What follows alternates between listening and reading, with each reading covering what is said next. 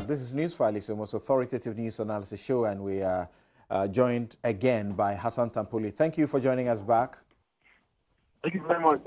Great. So the question I was asking, really, I suspect you must have heard. You did. If you did, it was about what role you have to play. And from the recommendations of the June 3 disaster, obviously, you were supposed to be training and certifying attendants and all categories of attendants at the filling stations, and who should include these drivers who were running away and raising the alarm instead of doing the right thing. Samson, I couldn't hear you at some point. You can take the question again. Okay. Sorry. So the question is, this could have been avoided. You had a role to play as MPA to ensure that this was avoided. And that role would include pursuing the recommendations of the June 3 disaster.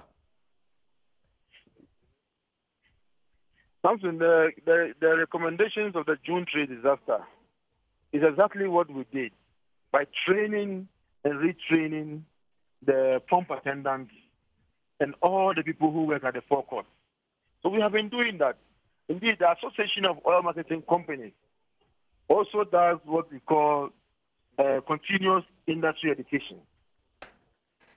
With regard to that, MPA even has a training, 4 training rooms to train all forecourt attendants, right from the security person, pump attendants, anybody who works at the forecourt. We train drivers, we train LPG installers, everybody along the value chain. So what must have gone wrong then? This driver and the other persons obviously were not trained. Something. You can be as the most trained person anywhere. But due to negligence can result in some of these things. So yes, you may have all the necessary training, and it shouldn't surprise you that, sometimes they're minded in whatever it is. Because all of them have received some training. The other challenge that we see is that some are trained to work at the forecourt. Now, after we have done the training and they have gone back to work, in the course of the year, they lose their jobs. And new people are hired. Now, obviously, these guys don't have the necessary training. We have 3,650 retail outlets across the country. Unless we go for another monitoring and inspection exercise, we may not be able to come to that realization that some new people have been hired and they do not have the training. So people were trying to do the wrong thing. It's only when we go to monitoring and inspection that we are able to uncover some of these things. Like I said, these guys that we went the first time, they didn't have the fire certificate. The EPA permit had expired. So we insisted that they go back and get all this rectified. By the time that we went the next time, they had procured the fire certificate and the EPA permit. Did they get any fines? Did you punish them for not renewing their EPA permits, for example? Oh, that one is a given. That one is a given. Okay. When you miss any of those, so we have a checklist. If you miss any of them, we impose a sanction. Right. And the question to us is whether the sanctions are punitive and deterrent enough. Okay. What do you say? Not punitive enough. I think it's not punitive enough. So we have made recommendations for legislative reforms to make it more deterrent than what it is right now. And when you say more deterrent, what are you looking at?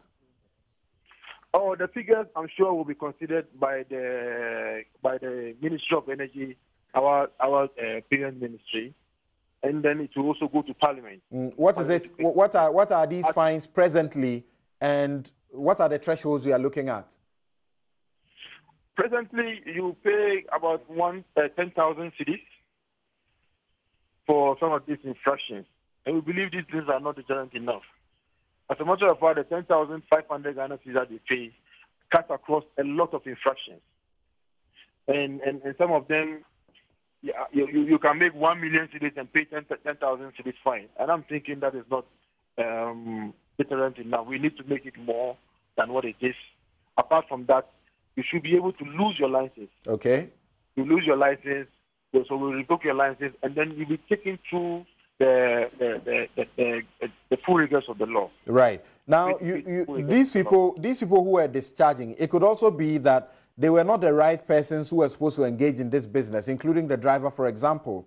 But what are the ways that you are capable of detecting that, you know, the laws are being flouted, particularly the standard protocols are not being observed? For example, you say that this discharge was happening at the illegal hour, so to speak, and then they were doing, is it the 85%, you know, 85% threshold? How do you detect that this is going on? Yeah, something what we are doing right now, and I have made safety the central point of my administration since I took over at the NPA. I've met the Association of Oil Marketing, the BDC, the transporters, the transport owners, and everybody along the value chain. We met at the Fiesta Royal Hotel sometime in May. And that is the message that I put across to them. And one of the things that we are going to do is that we are going to tie certification of the workers to the renewal of permits and licenses. So if you do not have your workers going through the training, the mandatory training, and when we are going to renew your license, we review all of these certificates that we have given to you, you will not have your license renewed. So that way we are able to control, you know, more tightly. You can have some people trying to game the system, but I'm sure when we do this, we take a hold of the training regime and we do the licensing renewal, so we can easily tell whether you have had the training or not. So we finally, want to centralize these. Right. Finally, tell us what gaps you think cabinet's, you know, direction is to fail, because some of them don't look like, to me, by my assessment, they don't seem to be far-reaching enough. If you're talking about the circulation system, is that really the problem? If you are creating outlets where people will go for the cylinders or that they will be taking to their homes, that doesn't solve the problem of the discharging the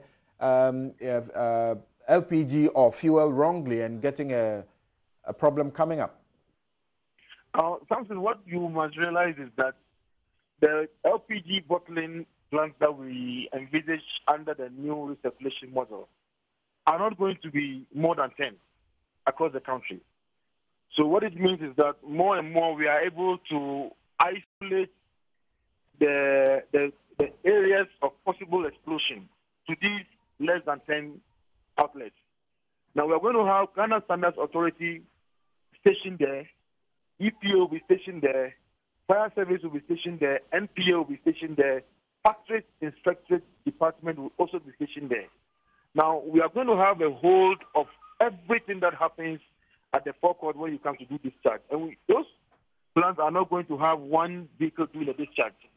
Because of their sheer size, they are going to have a storage capacity of about 1,000 metric tons.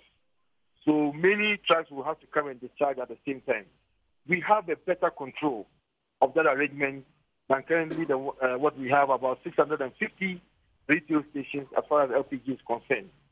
We take the explosion from population centers. All these bottling plants are going to be placed in industrial zones, either light or heavy industrial areas, and they're not going to be in the city center, so that in the event of any negligence or explosion, it's going to be more localized in those places and not be in population centers. Okay. But obviously from what you're saying, I said my last question, but this one too may be important, that out of the 350 plus, you know, retail outlets, if you're going to have only 10 sites for the bottling plants, then you're going to collapse over 300 jobs. No, 300 what you are going to as in factories, not jobs. Yeah. Now this is what is going to happen. We have the supply chain. We have LPG bulk distribution companies. Those ones would have to have a storage capacity of about 4,000 metric tons. Then next to it, we'll have the LPG bottling companies, which will have about 1,000 metric ton storage, and all of them are going to have workers working for them. Then down the chain, you have the LPG distribution companies. Now, at the first instance, we are going to rely on the current distribution system. All of these people who are having all these LPG stations would not just be, the only thing they will not be doing is not to fill the plant, the cylinders at those stations, but they will be used at the retail and distribution centers. Now, they will continue to do the retail distribution, and they will be licensed to do so. So nobody is going to lose their job. As a matter of fact, we are going to have LPG transporting companies. Okay. And they now will have the obligation to pick up the cylinders from the retail and distribution outlets to the various communities. So for a community that could not have LPG because they have to move their cylinders to the city, they will have LPG coming to their doorsteps. So the distribution companies will send their transport companies to pick up empty cylinders from them. It's going to be a door-to-door arrangement. You don't have to go through any struggle to buy LPG. But Isankuma mentioned something. Isankuma mentioned something that is very basic. And he appears to have a lot of faith in you that if you are giving the free hand, you will crack down and ensure that we are all safe. But he mentioned something that's very basic. Alarm systems in this area so that, you know, some guy is not the one shouting, run. And we don't know how many can hear. Well, thank you very much. And my boss, senior is Ankuma, has trained me. And probably he knows me better than I know myself. So I take it as a massive endorsement from him. I thank you very much, sir. My teacher as well. Now, his suggestion, you know, will be taken on board. I think if we are still, you know, fashioning out the policy. Okay. And by the time that we are done, we'll get all of these nuggets of wisdom and advice to fit into the policy. All right. We want to make the policy a more workable one. Okay. To make it, you know, achieve a better performance than we have right now. Yeah, the June 3 disaster victims, they got 10,000 each as compensation to bury their dead and also to take care of themselves for life. Is that what is going to happen to these ones as well from government? I would not want to second guess what government would do. I believe when the government's position come out, we'll communicate to the public. But for now, I would defer to my superiors in respect of matters like this. There will be prosecutions. There will be prosecutions in this one, not like the June 3 one. The evidence from the ground, you know, points very clearly, and the Attorney General is of the view that it's a prosecutable matter. We will not hesitate to go ahead with prosecution. Thank you very much, Alhassan Tampuli.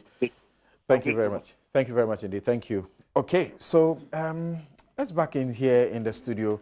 And Doc, whilst the discussion was going on, your attention was on the break in the protocols by those who are engaged in this business. How else can the authority detect and punish? Apart from the fact that someone has to report to them that something wrong is going on somewhere.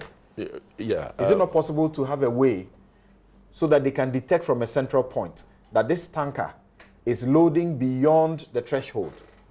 Yeah, with regards to the loading from the depots, I think my understanding of the process is that the OMCs are supposed not to load above 85% if it is going to a third party.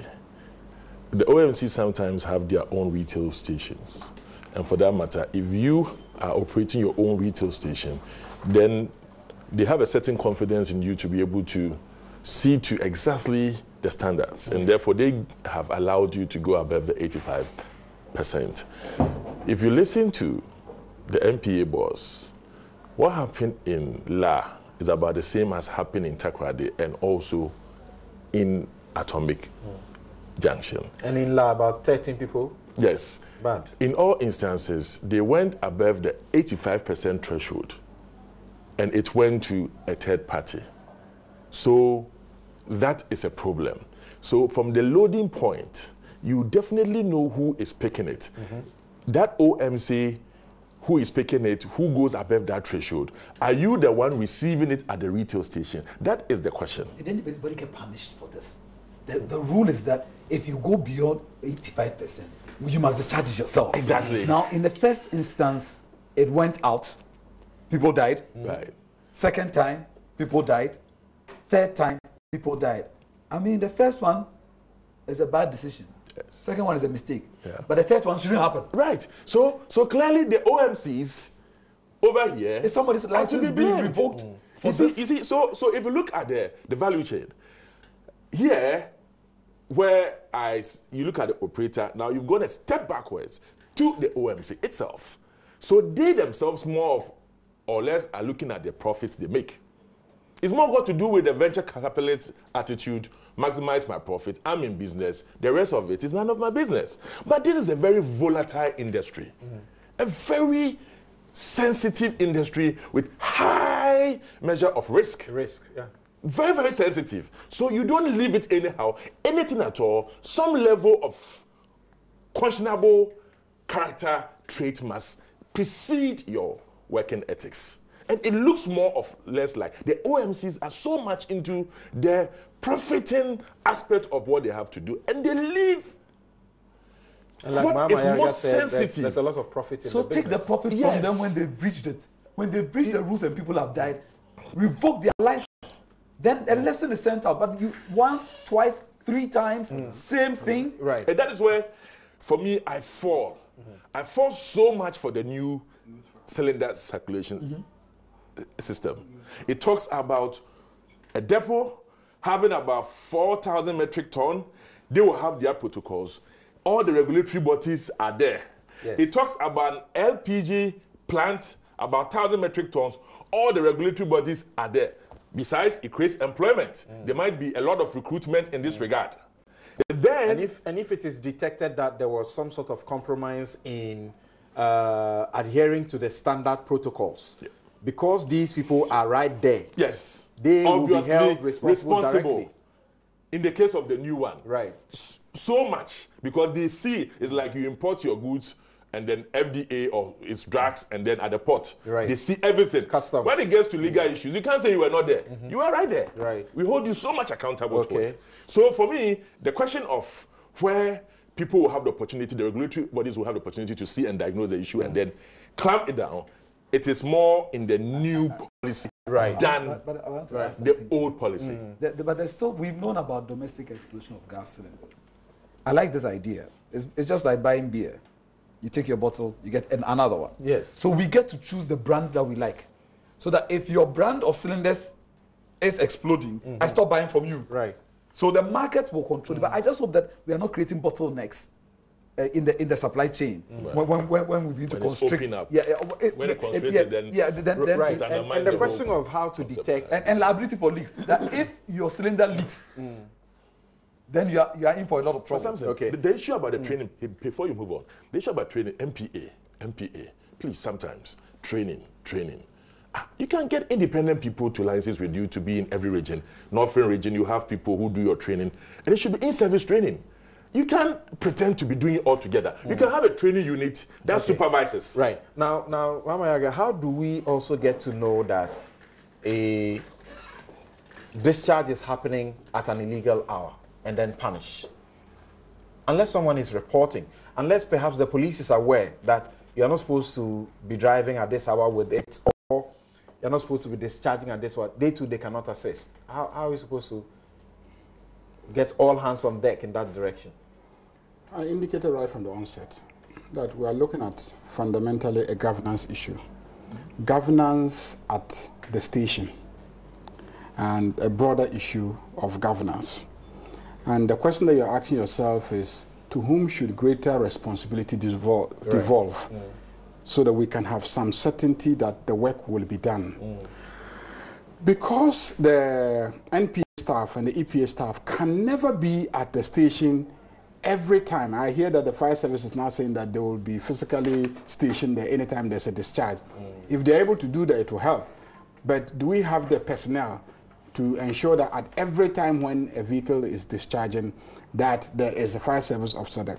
So because we want the best person, the best actor to be responsible, we must make sure that we apportion responsibility by way of capacity building, by way of the certainty of punishment and the gravity of punishment to the level where it will bite most and ensure that we all have a sense that they will do their job. Right. So for me, there's a critical governance issue. Beyond the broader issue of will the NPA, will the EPA, will they do their work? At the end of the day, if responsibility and punishment is suffered more by the operator of the station, he or she will make sure that even the NPA and the EPA people do their work, because ultimately he or she will be held accountable for what happens at his or her station. Right. As it is now, institutionally, the NPA and the EPA will always find a way of getting out of it in terms of responsibility and leave you, the operator. But if you, the operator, also know that if I'm going to go and bring a dangerous product to my property, and if it escapes, I'm going to suffer. Certainly, I will suffer. People will start being careful. I mean, my seniors here, the rule in Rylands and Fletcher, where you know, people bring dangerous product, it escapes, people suffer damages, nobody holds them accountable. If people were to sue, a lot of these guys will collapse. I said that even the people who run, you know, those who run away from the sin, they have an action in thought. And if they're able to show that they suffer some emotional damage, they can claim. So that entire neighborhood of North Legon can be party in an action. It might not sound popular with the owners of gas stations. And I'm not here on a popularity contest. There's a problem. The larger solution with authority. And I want you to address that. And let me add that. And it doesn't mean, and it doesn't mean that in suing, they should even add the regulatory authorities. If they're able to show, because if you recall what you read about the responsibilities of the NPA, the obligation to keep data, what kind of data are they keeping? How regular are they monitoring? All that should be reported. If those suing are able to show some infractions, some levels of negligence in the responsibilities of the state agency, the courts can move in to punish the agencies so that they themselves will begin to sit up. If all your internally generated revenues is used to pay damages, next year you will sit up. But by the 3rd of March 2010, were you the Minister for Environment? I don't recall exactly when I went there, but you asked your question. 2010 in March. You asked your question. You were not. And forgive me, this is supposed to be confidential, but 2010 I was not. Yeah, it's part of the June 3 disaster report. And part of it is this letter written by the Minister for Environment, Science and Technology. So that would not have been you. Yours was not called Science and Technology. And it said that in Ghana, the plastic... No, and it was Environment, Science, Technology and Innovation. Innovation, yes. It was discovered that the flooding, and which we know has become a ritual, killing lives every year when there is a drizzle, not really rain, was partly due to plastics. So the report said in paragraph 5 that in Ghana, the plastic waste situation has reached a crisis point. This is government admitting a crisis point, such that we need to take an immediate action to reverse the dangers or the dangerous slide towards an environmental catastrophe. I was asking, you began something in that regard. Where did it get to? Well, what we did was to, I think following this, there was some action. There was a legislation which imposed a certain fee, which was to establish a fund, and the receipts used for dealing with the issue of plastic waste management. But that was lodged at the Ministry of Local Government and Rural Development, not the Ministry of Environment. So the Ministry of Environment had a difficulty accessing the resources to deal with the problem, because the Ministry of Local Government argued that it is part of a waste management job, and therefore the fund should be lodged with them. And I think the Parliament did that. Is that what went towards the bins that Manasseh is chasing? Well, I think Manasseh is chasing something, so let's look into what it is that Manasseh is chasing. But that became a problem for the Ministry of Environment, because we kept engaging the various companies, and the companies kept insisting that, Minister, there's a tax to deal with this problem, and so go and take the money, build the infrastructure for recycling of plastic waste, and then we can partly solve the problem. The second was to use oxo-biodegradable technologies, which we initiated, and the companies started, and the EPA started monitoring. I believe that if you go to the EPA, you will see that there's a monitoring program to ensure that the companies all start using oxo-biodegradable, and also educating the public so that the fears they have about, drinking from plastic made of oxo-biodegradable is addressed. So some action in that regard has been taken place. Then we also passed a legislation on electronic and hazardous waste management, which was meant to also create an opportunity to raise financing for major recycling for all electronic waste products in the country. Okay, thank you. Now, on the question of how to permanently stop these things, and you say part of the solution is to sue and to sue and to sue. In the June 3 situation, we said the explosion was caused by fire which was started by Seth Kwesi Ofosu, which followed the trail of the floating fuel to the Goel filling station, which subsequently caused the explosion at the station. They actually also found that certain protocols were not met, and that's how come the fuel escaped from underground to, meet with the water and then the fire. Recently in Kintampo, we know 20 people died, right? Yeah. And many others suffered injuries. Very young, children, students. The minister was before Parliament, and this is the parliamentary official report, parliamentary debate, 6 June 2017. The minister noted, among other things. 2017? Yes, 2017, yes, 6 June. Noted, among other things, that although the disaster was an act of God, a number of remote and immediate causes were identified as being instrumental to the accident. Quote, a lack of focus on public safety responsibility, a lack of adequate training and supervision.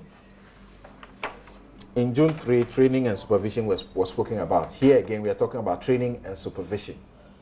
Training and supervision of personnel, poor environmental management factors, and impact of encroachers on the area, which has exposed the soil to major erosion and made trees weak and vulnerable, unquote.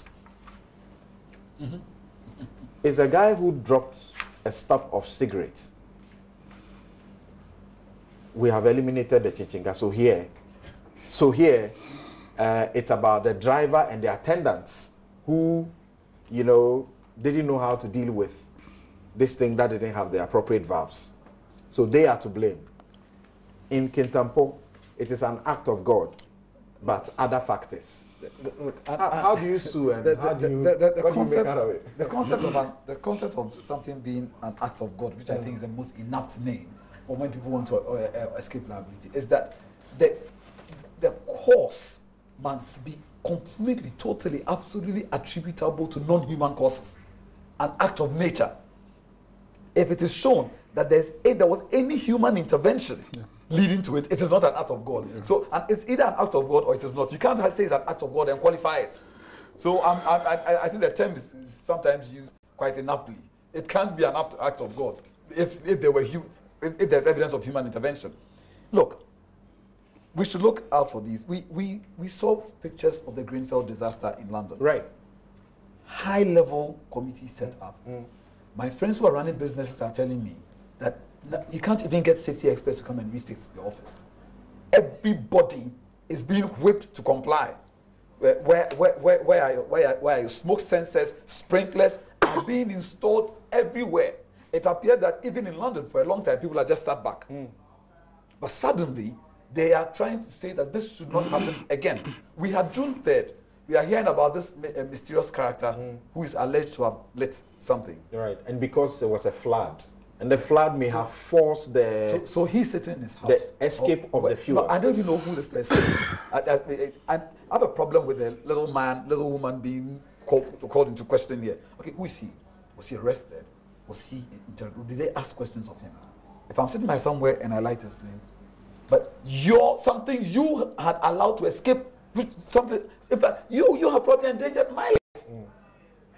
Right?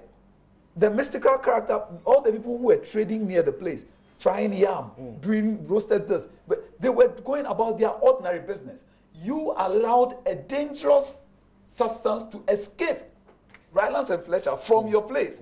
And it came and engaged with something I was legitimately doing in my house. How can I be blamed? It says it escaped as a result of flood. Still. Flood which could have been prevented by authorities checking plastic and so on, and drainage. And also the fact that even are we saying that our fuel stations should be susceptible to floods? I thought there were safety standards, and Mohammed was talking about how we can have like a 6-inch wall, etc., etc. So there were protocols, there were standards that shall be met, so that however the flood is, it could be termed as an act of God. But if your tank is so weak that a flood brings the fuel out, you can't begin to talk about an act of God. The primary liability is yours. Strict liability. In fact, it says that the Goyle station attendants failed to activate emergency shutdown and evacuation procedures considering the level of flooding and fuel spillage at the station. Yes, so this can be an act of God. I just took a basic definition of it. I want to simplify it. It's an instance of uncontrollable natural forces in operation. Uncontrollable natural forces in operation. That is what you call an act of God. But in instances where you have put a not strong enough tank in the ground, and you say that it is the flood cause them. No, you cause them first. By not making sure that what should be there do you get my point? So let's stop blaming God. Okay. Leave him alone. Deal with your problems. Now we can't control plastic waste. Countries smaller than us have said, and let me tell you something. If we ban plastics, it means we have considered that we are incapable of controlling ourselves. It will be sad, but maybe that's what we need to get to. Okay. Gambia bans it. Kenya. If you are seen walking on the road with a plastic bag, you're going to be arrested. You're going to pay a fine. So when I'm going shopping in Banjul, I take my bag from home, or there's some other biodegradable thing that you pay a lot of money for if you want from the shops. We decided to do a tax. Where's the money? Government. My politicians are sitting in front of me. You and government is in government. Where's the tax money that's supposed to prevent these things from happening? There's a video that we got after June 4th. Where I think the Odo was meeting the sea, right, and fighting over plastic waste. I think that it should be put on. It was put on a lot of social media, and people saw it. It's a catastrophe. We can't regulate plastic. The government admits that we are getting to a catastrophe. No, never. They say because we are in crisis. This report, and that's why they were not giving us the June 3rd report. It contains a confidential report, people of Ghana. It contains a confidential report where the government says that the plastic situation is a catastrophe. And then they do taxes with it, and the money is planted in local government. So environment doesn't have access to it. We should ask for an audit. How much have they collected? What have they used it for? And I hope that's not what Manasseh is chasing. Because if that is it, then we are all going to jump into that matter. Okay. But the one thing, a few last things.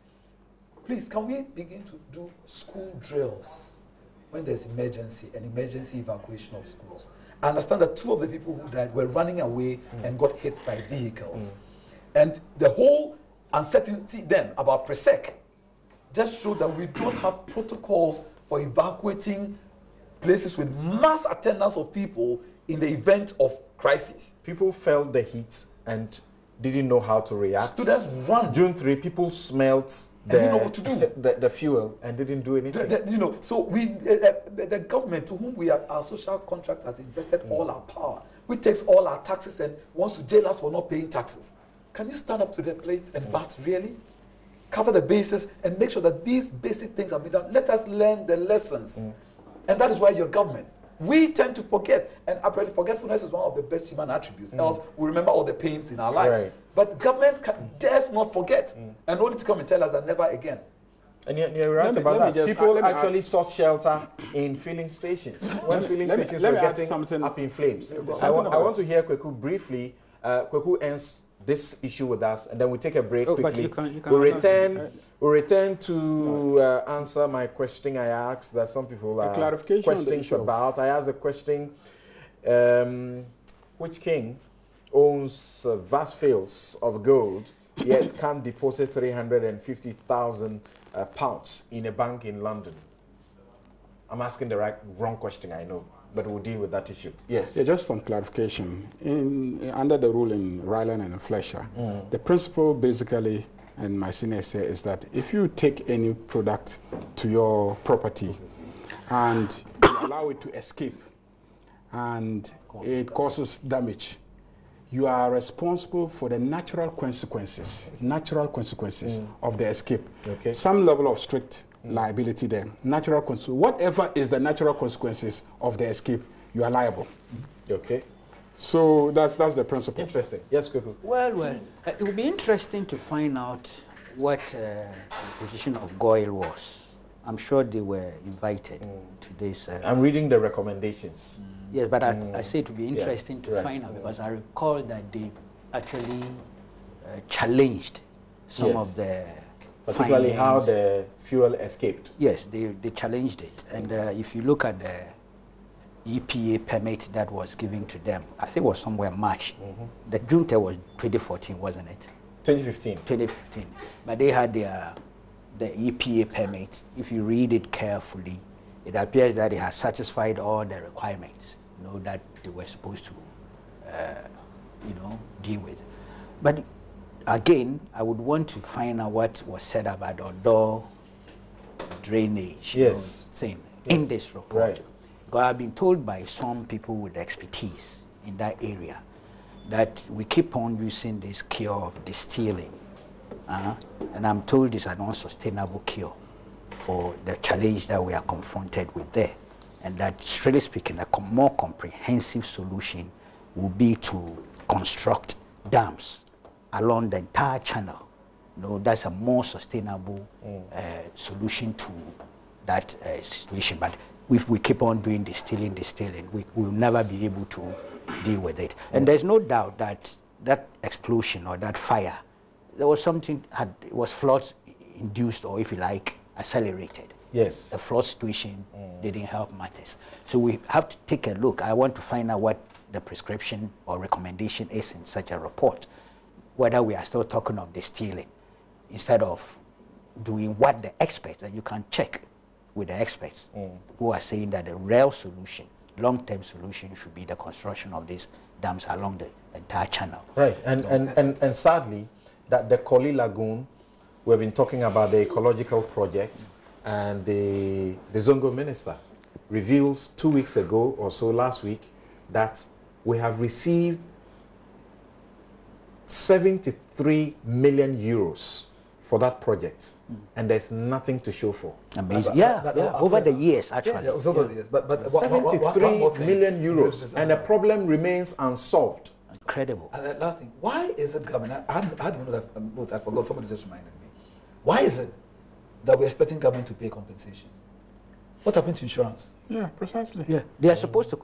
There's supposed to be a huge insurance facility that should pay compensation to the victims. Right. Where is the insurance facility over the June 3 event, devastation? Where is the insurance document? And to the extent that I've been injured, why is the government struggling to pay me 10,000 cedis? Why isn't the insurance company stepping to the plate to back? And how is 10,000 so what is the compensation? When I raised the issue, the headlines were that America says government shouldn't pay compensation. And this, how is 10,000 compensation? So one of those people, the last time I checked, is still in the hospital and paying bills. No, do they have insurance? If they don't, it's a crime. Let's hear quickly. In this permit given to the GOIL, the insurance cover, undertake a comprehensive insurance to cover the fuel service station's operations. Submit evidence of such an insurance cover to the agency, that's the EPA, within 60 days of insurance of this permit. All the injured people, by please. May 2014. So there should be compensation. Yeah. Some insurance companies is keeping your money. The insurance companies want to see a court action determining liability. Not for the time. But if it's comprehensive, it's probably on first demand. Well, like I hinted, through the One Ghana, it's very obvious, likely that you begin to hear about the suits and things going on. Yes, and there was a point you were talking about alarm, what kind of alarm system. Yes. I realized from this same permit that there is this point about compliance with the Ghana National Fire Service Regulations, 2003, LI 1724. And then, I wouldn't read all, but it talks about install fire alarm at the fuel service station. Train all staff in fire prevention and fighting. Okay. Now, so there should be an alarm there, but I was wondering, I'm not good at this technology. If you trigger that alarm, shouldn't we have a system where it could trigger a reaction from the fire service station? It should be very simple in this day that everybody has data. Fantastic. We use the data to do WhatsApp instead of the critical things. Fantastic. Look, the solutions to our problems are in front of our faces, but so close we can't see them. And then lastly, there's some legal issue about the last directive which I raised. The ban on existing construction. And ongoing construction. Ongoing construction. I think that every other recommendation there is okay. But the decision to ban ongoing construction until work, further until further notice. Because you have to review. There's clearly no legal basis. Let them sue. By the time the court sorts it out, we are sorted out. You are in this kind of danger, we take a break. let them sue. By the time they file the rates and we go for hearing and everything, 2 years have passed, we are sorted ourselves out. So this is trying to review all of This is that. an emergency. This is an emergency. Our lives are in danger. Okay, so we take a break here. We'll return to visit Otumfuo Osei Tutu II in London. We'll be right back.